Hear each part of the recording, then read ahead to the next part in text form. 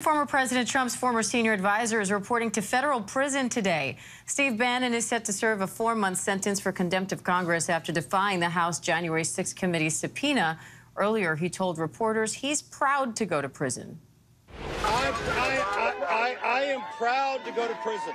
If this is what it takes to stand up to tyranny, if this is what it takes to stand up to the Garland, corrupt, criminal DOJ, if this is what it takes to stand up to Nancy Pelosi, if this is what it takes to stand up to Joe Biden. And let's bring in senior investigative correspondent Aaron Katersky outside that prison in Danbury, Connecticut for more. Aaron, what's the latest there in Danbury? Steve Bannon drove into FCI Danbury just before noon Eastern time to begin serving his 4-month sentence for contempt of Congress. Diane, he held a lengthy bit of court on the lawn just across the street, a smattering of supporters and detractors behind him making all sorts of noise as he said that he had no regrets. In fact, he said he would have been upset with himself if he hadn't defied the subpoena from the January 6th commission that ended up getting him in trouble in the first place. And he called himself a political prisoner despite his conviction in federal court and the failure of multiple appeals, including one just last Friday when the U.S. Supreme Court declined to intervene. Now, Aaron, Bannon's still an influential voice in conservative media. Trump himself has echoed Bannon's rhetoric about retribution, for example. How significant is this sentence, and could it bolster his power in a way?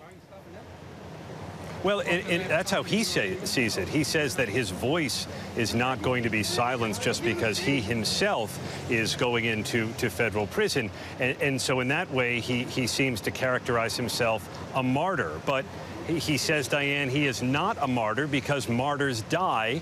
And the way he sees it, him and his movement are far from dead. And yesterday on This Week, Bannon told our chief Washington correspondent, John Karl, that some of Trump's former administration officials should be worried if Trump wins the election. What do you think he meant by that?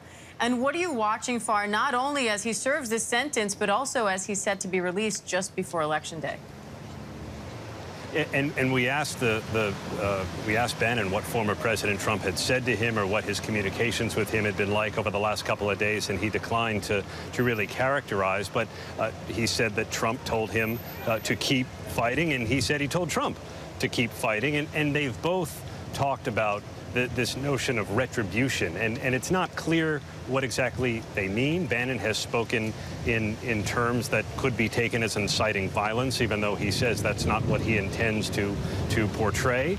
But he does believe that people like Merrick Garland and Nancy Pelosi and others associated with Democrats and the Biden Justice Department ought to be accountable. Now, for what, he doesn't make clear, but the way he sees it, his federal case is political, and any federal case tied to former President Trump is the same. All right, senior investigative correspondent Aaron Katersky, thank you.